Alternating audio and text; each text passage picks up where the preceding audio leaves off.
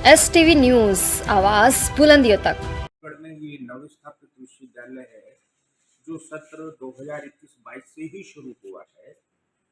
1 जनवरी 2022 को मैंने यहाँ पर ज्वाइन किया था और वो भी क्योंकि नया विश्वविद्यालय था तो यहाँ पर ना तो कोई भवन था, ना कुछ था, कार्यालय भी नहीं था।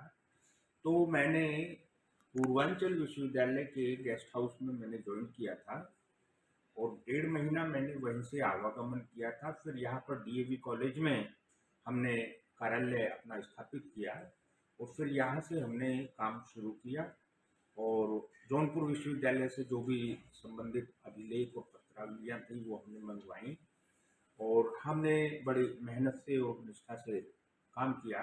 वो सीमित संसाधनों में एक केवल कुलसचिव थे उस समय मेरे पास और एक जौनपुर विश्वविद्यालय से केवल एक सहायक कुलसचिव आंशिक रूप से संबद्ध थे और वित्त अधिकारी भी अतिरिक्त कार्यभार में थे। तो 6-7 कर्मचारियों को लेकर के मैंने ये शुरू किया था और आप लोगों को ये गर्व होगा कि आपके क्षेत्र में ये जो नवस्थापित विश्वविद्यालय है इसका निर्माण कार्य 21 मार्च 2022 से शुरू हुआ था और जनवरी 2024 में मात्र 1 साल 10 माह में ये बन के तैयार हो गया। साथ साथ हम अपने 450 महाविद्यालयों की परीक्षाएं और प्रवेश प्रक्रिया, संबद्धता की प्रक्रिया ये भी संपादित हम करते रहे और आज हम इतनी अल्प अवधि में हमने लगातार यहाँ पर निर्माण कार्य का भी मैं निरीक्षण करता रहा, लगातार पाक्षिक समीक्षा बैठकें मैं करता रहा और शासन को भी अवगत कराता रहा प्रगति के संबंध में और जिला प्रशासन को भी। तो उससे मुझे शासन से भी काफ़ी सहयोग प्राप्त हुआ और जिला प्रशासन से भी काफ़ी सहयोग प्राप्त हुआ। उधर अपने महाविद्यालयों के शिक्षक और प्राचार्यों से भी सहयोग लिया गया काफ़ी।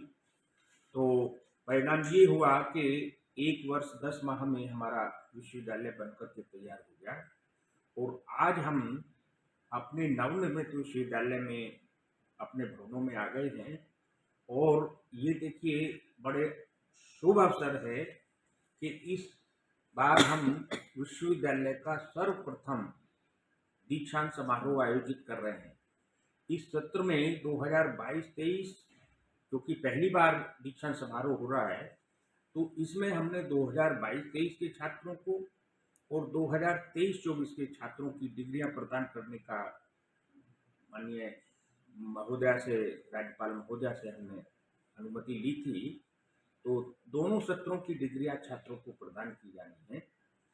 इसमें हमने जो छात्र जिन्होंने टॉप किया है अपने अपने पाठ्यक्रमों में, जैसे किसी ने BA में टॉप किया है, किसी ने BSc में टॉप किया है, किसी ने BCom में टॉप किया है, इसी तरीके से जिस भी क्लास में जिसने 450 महाविद्यालयों में मिलाकर के टॉप किया है उसको कुलपति मेडल प्रदान किया जाएगा और ऐसे छात्र जिन्होंने पूरे संकाय को मिलाकर के उन समस्त पाठ्यक्रमों में टॉप किया है उनको कुलाधिपति मेडल प्रदान किया जाएगा। तो इस प्रकार दोनों वर्षों में मिलाकर के हमारे 83 मेडल वहाँ पर प्रदान किए जाएंगे छात्रों को और उन 83 मेडल में 18 मेडल ऐसे हैं, 18 छात्र ऐसे हैं जिनको 2-2 मेडल मिलेंगे। कुलाधिपति मेडल भी मिलेगा उनको संकाय में टॉप करने का और उनको अपने विषय, अपने पाठ्यक्रम में टॉप करने का कुलपति मेडल भी मिलेगा। इससे छात्रों को निश्चित रूप से प्रेरणा मिलेगी। यहाँ के जो संबद्ध महाविद्यालयों के शिक्षक हैं उनको भी निश्चित रूप से प्रेरणा मिलेगी और कुलाधिपति मैडम इस संबंध में विश्वविद्यालयों में अनुशासन, विश्वविद्यालयों में शैक्षिक उन्नयन, विश्वविद्यालयों की रैंकिंग सुधार के लिए बहुत ही बेहतरीन तरीके से बड़े गहन इंटरेस्ट लेकर के वो काम करती हैं। तो उनके यहाँ आने से मैं समझता हूँ कि छात्र छात्राओं को तो प्रेरणा मिलेगी ही, यहाँ हमारे अधिकारियों को, हमारे शिक्षकों को भी प्रेरणा मिलेगी। तो ये एक भव्य कार्यक्रम होगा, सुंदर कार्यक्रम होगा, आप सभी का उसमें सहयोग होगा। हमारे सारे महाविद्यालयों के शिक्षक साथी, प्राचार्यगण समितियों में लगे हुए हैं और मैं समझता हूँ कि कार्यक्रम ठीक से संभव होगा।